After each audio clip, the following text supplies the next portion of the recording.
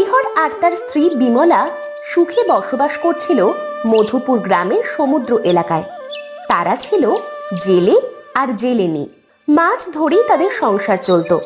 তাদের একটা ছেলে ছিল, নাম তার গোপাল।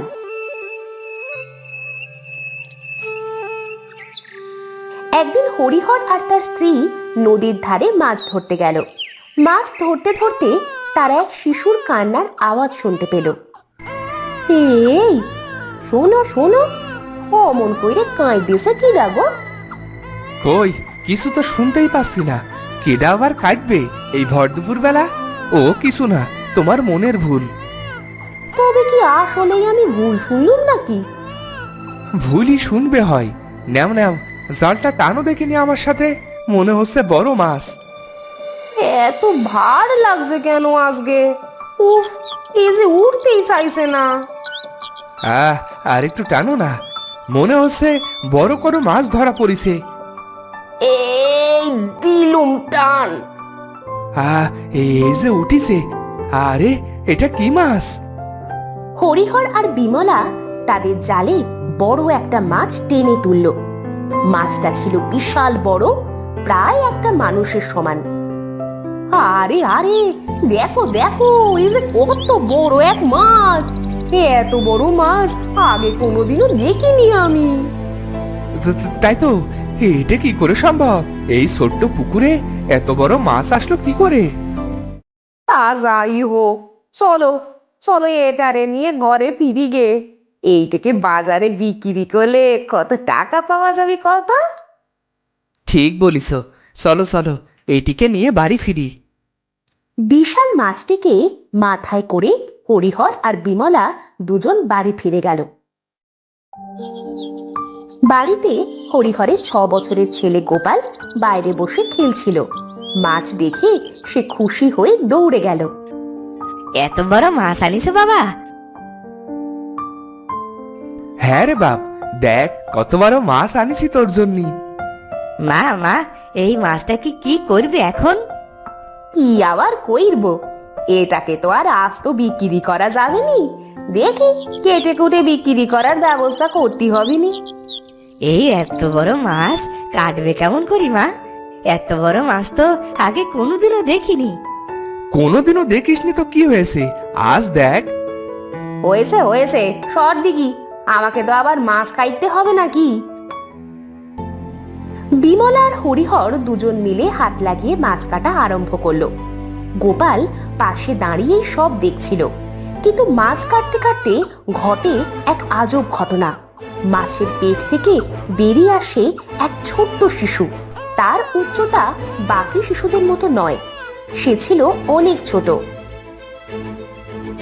হায় হায়, এ কি কাণ্ড গো! এ যে দেখি এক শিশু। কই কই দেখি, এ কি আজব ঘটনা! মাছের পেট থেকে মানুষের বাচ্চা বেরোলো কেমন করে? দেখো তো এই শিশু বেঁচে আছে কিনা। দিব্যি বেঁচে আছে। এই যে দেখো, মনে হচ্ছে মাছের পেটেই আরামে ছিল। কিন্তু এই বাচ্চাটা এখানে এলো কিভাবে? সত্যি তো, এমন বাচ্চা আগে দেখিনি কোনোদিন। মা মা, ও কে গো? ওকে আমাদের সাথে থাকবি এখন থেকে? কার বাচ্চা কিডা জানে, কি ফুটফুটে শিশুটা। আচ্ছা, তবে কি তখন আমি এই বাচ্চাটারই আওয়াজে পেয়েছিলাম নাকি? কিন্তু এ কেমন করি সম্ভব বলো তো? মাছের পেটে থাকা শিশুর আওয়াজ আমরা জলের উপর থেকে শুনলাম কেমন করি? তা যাই হোক, বাচ্চাটাকে আগে ঘরে তো নিয়ে যাই, তারপরে ভাববো ক্ষণ। কি মজা কি মজা, ও আমাদের সাথেই থাকবে। বিমলা আর হরিহর বাচ্চাটাকে নিয়ে ঘরের ভেতরে গেল। আহারে, দেখো দিকি, বাচ্চাটার মুখখানি কত মায়া করা। কার বাচ্চা এভাবে মাছের খাওয়ার হলো বলতো? আহারে, বাচ্চাটাকে দেখে মনে হচ্ছে মাছের পেটে ওর কোনো অসুবিধাই হয়নি। কি সুন্দর খিলখিল করে হাসছে দেখো। আমার খুব মজা লাগছে মা। ও কি তবে আমার বোন হয়? হ্যাঁ বাবা, ও এখন থেকে তোমার বোন হলো। কি মজা কি মজা, আমার আজকে থেকে একটা বোন হলো। আচ্ছা, একটা কথা ভেবে দেখো তো, কি কথা? এই বাচ্চা কোনো জাদুর বাচ্চা নয় তো? না হয় এমন মাছের পেটে কি করে জ্যান্ত ছিল? তাই তো, এটা তো আগে মাথায় আসেনি। এতটুকু বাচ্চা ওই এত বড় মাছের পেটে বেঁচে ছিল কেমন করে? তুমি আজ থেকে ওরে নজরে নজরে রাখবা, বুঝলে? আমার কেমন জানি ঠেকছে। ঠিক আছে, নজর রাখবো খন। তা ওরে খাওয়াবোটা কি শুনি? খানিকটা দুধ কিনে নিয়ে আসো না। আহারে, না জানি কত সময় না খেয়ে আছে মেয়েটা। বেশ, আমি দুধ এনে দিচ্ছি। হরিহর চলে গেল বাচ্চাটার জন্য দুধ নিয়ে আসতে। আচ্ছা মা, আমরা ওরে কি বলে ডাকবো? ভেবেছিলাম আমার একটা মেয়ে হবে, আর তার নাম রাখবো রূপা। তা তো আর হইল না, তা ওরই নাম দিলাম রূপা। আহ, কি মজা! আমার বোনের নাম রূপা। রূপাকে পেয়ে হরিহর আর তার পরিবারের সুখের সীমা রইল না। আস্তে আস্তে রূপা বড় হতে লাগলো। রূপার বয়স যখন 13 বছর, তখন রূপা, ও রূপা, কই গেলি মা? এদিকে আয়, ভাত খাবি নে? রোজ রোজ কোন বন বাগানে যে ঘুরে বেড়ায় এই মেয়েটা কে জানে। এত মানা করি তবু এ মেয়ে কানেই নেয় না। এই ভর দুপুরে চেঁচাচ্ছ কেন বাপু? রূপাটা যে কোথায় গেল? এই মেয়েটা এত দোষী হয়েছে না। তা হোক না একটু দোষী, তাতে কি ক্ষতি হয়েছে শুনি? একমাত্র মেয়ে আমার, তো তুমি ওকে বকবে না বিমলা, এই বলে দিলুম। আহা, বয়স তো কম হলো না বাপু। এই বয়সী মেয়ে এত দোষী হবে কেন শুনি?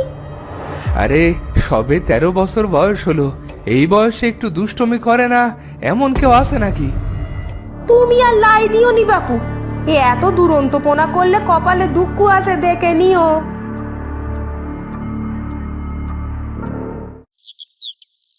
এমন সময় রূপা অনেকগুলো পাকা আম নিয়ে বাড়িতে আসে। মা, ও মা, দেখো কতগুলো পাকা আম আমি পেয়েছি আজ। মুকুলদের পুরনো বাগানটায় কত আম ধরেছে জানো? দাঁড়া হতসারি, আমি তোকে খুঁজে মরি, এদিকে নাওয়া নেই খাওয়া নেই, ও গেছে কিনা আম কুড়োতে। তুমি রাগ করো না মা, আমি তো তোমাকে খুশি করতে এই আমগুলো নিয়ে আসলাম। হয়েছে, আমাকে খুশি করতে ওই বন বাজারে ঘুরতে কে বলেছে শুনি? ফের যদি দেখেছি। আর হবে না মা, এই নাও কত পাকা আম। দাওয়ায় রেখে খেতে আয় শিগগির, ও আমি পরে দেখে নেবক্ষণ। খাবার যে ঠান্ডা হয়ে যাচ্ছে। ঠিক আছে মা, যাচ্ছি। রূপা সারাদিন এখানে ওখানে দৌড়ে বেড়ায়। সে বড় চঞ্চল স্বভাবে। এই 13 বছরে তাকে যে মাছের পেট থেকে পাওয়া গেছে সেটা সবাই ভুলেই গেছে প্রায়। এভাবেই দিন কাটছিল সবার। একদিন গোপাল আর রূপা গ্রামের পথ দিয়ে বাড়ি ফিরছিল। এমন সময় তারা দেখল একটা বিশাল জঙ্গল, যেটা ওরা আগে কখনো দেখেনি। এই দাদা, দেখ দেখ, ওই জঙ্গলটা কত গভীর, তাই নেই? হ্যাঁ, তাই তো দেখছি, কিন্তু এই রাস্তায় আগে তো খেয়াল করিনি। আচ্ছা দাদা, জঙ্গলটা এত গভীরে, তাহলে ভাব এই জঙ্গলের ভেতর কত না জানি ফলের গাছ আছে, ফুলের গাছ আছে। তা আছে তো থাকুক, তা দিয়ে আমাদের কি? চল না দাদা, চল না, আমরা একটু ভেতরে যাই। মনে হচ্ছে এইখানে অনেক মিষ্টি ফল পাবো। না রূপা, মা বলেছে তাড়াতাড়ি বাড়ি ফিরতে, আর কখনো জঙ্গলে না যেতে।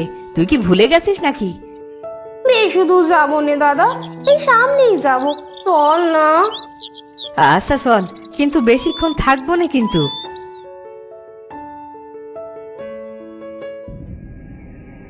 রূপা আর গোপাল দুজন জঙ্গলের ভেতরে ঢুকলো। তারা কিছু দূর যাওয়ার পরেই দেখলো চারপাশে অনেক ফলের গাছ, আর ফলগুলো অনেক বড় বড়। রূপা তার লোভ সামলাতে না পেরে একটার পর একটা ফল গাছ থেকে ছিঁড়তে আরম্ভ করলো। অনেক হয়েছে, আর নিস নে বোন, যা নিয়েছিস তাই ঢের। চল আর একটু ভেতরে চল দাদা, এখানেই যখন এত ফল, ভেতরে নিশ্চিত আরো অনেক ফল আছে। না বোন, বেশি লোভ ভালো না, চল এখান থেকে চলে যাই। না দাদা, আর একটু চল না, ওই যে দেখ ওই গাছটায় কত লিচু। এভাবেই রূপার সামনে আগাতে থাকে। আর কিছু দূর যাবার পরে রূপা আর গোপাল একটা ফাঁদে পড়ে গেল। কেউ মাটিতে গর্ত করে তার উপর ঘাস পাতা বিছিয়ে রেখেছিল। রূপা আর গোপাল সেই ফাঁদে পড়ার সাথে সাথে এক বৃদ্ধ মহিলা হেসে উঠল। এ কি, এখানে এমন ফাঁদ পাতলো কে? কে যেন হাসছে মনে হচ্ছে। আমরা এই কোন বিপদে পড়লুম? দাদা, আমাকে এখান থেকে বের কর, আমার যে খুব কষ্ট হচ্ছে।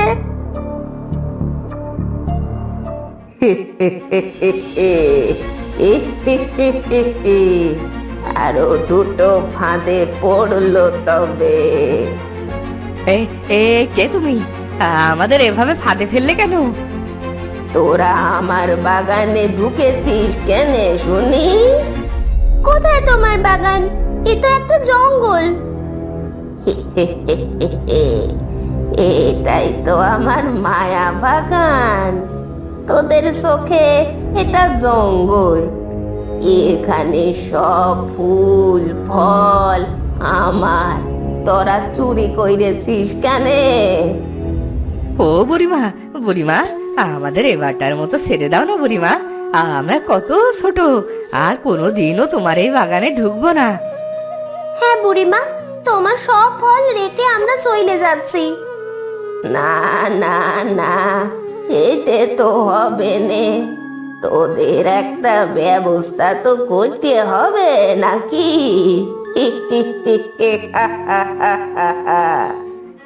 এই বলেই বুড়ি তার জাদু দিয়ে রূপাকে একটা গোলাপ ফুল গাছ বানিয়ে দিল। কিন্তু তখনই কোনো মতে গোপাল সেখান থেকে দৌড়ে পালায়। গোপালকে ধরতে না পেরে বুড়ি রূপাকে নিয়েই চলে যায় তার কুঠুরিতে। সেখানে গিয়ে রূপাকে তার বাড়ির পিছনে একটা বাগানে এনে লাগিয়ে দেয়। কিছুক্ষণ পর যখন বুড়ি চলে যায়, রূপা গাছ হয়ে সেখানেই কাঁদতে আরম্ভ করে। হে খোদা, কি হয়ে গেল এটা? আমাকে এখান থেকে কেউ মুক্ত করো, আমাকে বাঁচাও। রূপা এদিকে চিৎকার করতে থাকে।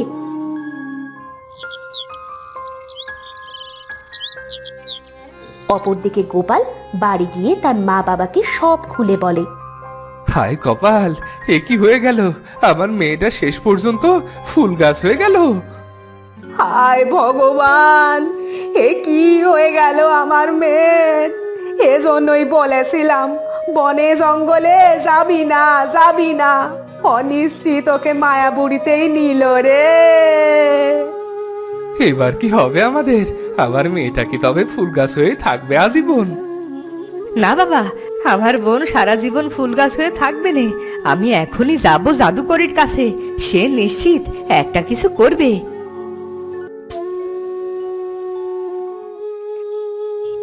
গোপাল গেল সেই গ্রামের জাদুকরির কাছে। জাদুকরি তার জাদু বলে গ্রামের সকলকে সাহায্য করে সব সময়। জাদুকরির কাছে গিয়ে গোপাল সব খুলে বলল। জাদুকরি মা, আমাকে সাহায্য করো, আমার বোনের যে বড্ড বিপদ। আমি এখন কি করব বলে দাও। সবই তো শুনলাম। রূপা বন্দি আছে ওই মায়া বুড়ির কাছে। ওই বুড়ি মায়াজাল বিছিয়ে রেখে দেয়, যেন কেউ না কেউ ওর ফাঁদে পা রাখে, আর তাকেই ও ধরে ফুল বানিয়ে দেয়। জাদুকরি, এখন কি হবে? আমি কি করে আমার বোনকে ফেরত পাবো? আমি আমার জাদুর মায়া বলে দেখলুম তোর বোন হলো রানীর কন্যা, সমুদ্র রানীর একমাত্র কন্যা সে। ওকে এক দুষ্টু রাক্ষসে মাছ গিলে খেয়েছিল, কিন্তু সমুদ্র কন্যা হওয়ার কারণে মাছের পেটে গিয়েও ওর কিচ্ছু হয়নি। তারপর তোর মা বাবা ওকে পায় আর মানুষ করতে থাকে। আর ওই মায়াবুড়ির সব জাদু শেষ হয়ে যাবে যদি তোর বনের ওই ফুল গাছটা আগুন দিয়ে পুড়িয়ে ফেলতে পারিস তবে। কি বলছো জাদুকরি মা, আমার বোনও যে তবে পুড়ে যাবে? না না, তোর বনের কিচ্ছু হবে না। তোর বনই শুধু নয়, ওইখানে যতগুলো গাছ আছে সবগুলোই ফুলরূপী মানুষ। তোর বন হলো সমুদ্র কন্যা, আর তোর বনের ভিতর আছে মহাশক্তি। তাই ওর শরীরে আগুন ধরলে সেই বুড়ির শক্তিও নষ্ট হয়ে যাবে, আর ওই অভিশপ্ত বুড়িও মরবে। শুধু খেয়াল রাখিস, তোর বনের ফুলটা আগুন ধরাবার আগে যেন শুকিয়ে মরে না যায়। যদি সেই গাছের ফুলগুলো শুকিয়ে যায়, আর তবে তোর বোন বাঁচবে না। এ কি বলছো জাদুকরি মা, ফুল শুকিয়ে মরে গেলে আমার বোন আর বাঁচবে না? হ্যাঁ, আগুন ধরাবার আগেই যদি সেই ফুল গাছের ফুল মরে যায়, তবে ওর শরীরে অনেক জ্বালা শুরু হয়ে যাবে। ওর শরীর তো সকলের সে ভিন্ন, কারণ ও যে সমুদ্র কন্যা। ওর ফুল একবার শুকিয়ে মরে গেলেই ওর শরীর ছাই রঙা হয়ে যাবে। যা এখন তাড়াতাড়ি, দেরি করিস নে, ফুল শুকানোর আগে গিয়ে ওদের বাঁচা। ঠিক আছে জাদুকরি মা।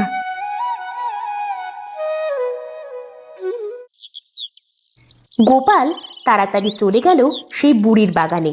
সেখানে গিয়ে দেখলো বুড়ি সেখানে নেই। এই সুযোগ, বুড়িটা কুঠুরিতে নেই। এখনই সব ফুল গাছ আগুনে পুড়িয়ে ফেলতে হবে। কিন্তু গাছগুলো কোথায় লাগিয়েছে বুড়ি?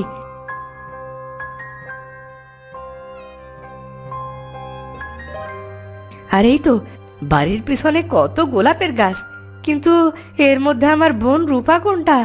রূপা, বোন, কোথায় তুই? এই যে দাদা, আমি এখানে। সামনে থেকে একটা ফুল কথা বলে উঠল, কিন্তু গাছটা সম্পূর্ণ শুকিয়ে ছাই রঙা হয়ে গেছে। এ কি অবস্থা হয়েছে তোর বোন? জাদুকরি মা বলেছিল যদি তোর ফুলটা শুকিয়ে মরে যায় তবে যে তোকে আর বাঁচানো সম্ভব হবে না। ঠিকই শুনেছিস দাদা, আমার আর বাঁচা সম্ভব নয়, কারণ আমার গাছ সহ ফুলটা শুকিয়ে গেছে। এখন কি হবে বোন? আমি কি করে তোকে বাঁচাবো? আমার শরীরে অনেক জ্বালা হচ্ছে দাদা, আমি যে আর সহ্য করতে পারছি না দাদা। হায় হায়, এখন আমি কি করব? এক্ষুনি সব গাছে আগুন দিয়ে দাদা, সবাই মুক্ত হয়ে যাবে। কি? কিন্তু তুই তো আর মুক্ত হতে পারবি না বোন। আমার জন্য চিন্তা করিস না দাদা, আমি এই জ্বালা আর সহ্য করতে পারছি না। আগুন ধরিয়ে দে বুড়ি আসার আগেই, না হলে আমাকে এই জ্বালা নিয়ে থাকতে হবে বছরের পর বছর। আগুন দে এক্ষুনি দাদা, এই জ্বালা যন্ত্রণা থেকে মুক্ত কর। কিন্তু কিন্তু কিন্তু করিস নে দাদা, আগুন ধরিয়ে দে সব গাছে, ওই বুড়িকে শেষ করে দে দাদা। তুই ওপারে ভালো থাকিস বোন। আমার জন্য কাঁদিস নে দাদা, আমার লোভের কারণে আমাকে আজ এই দিন দেখতে হলো। তোরাও ভালো থাকিস।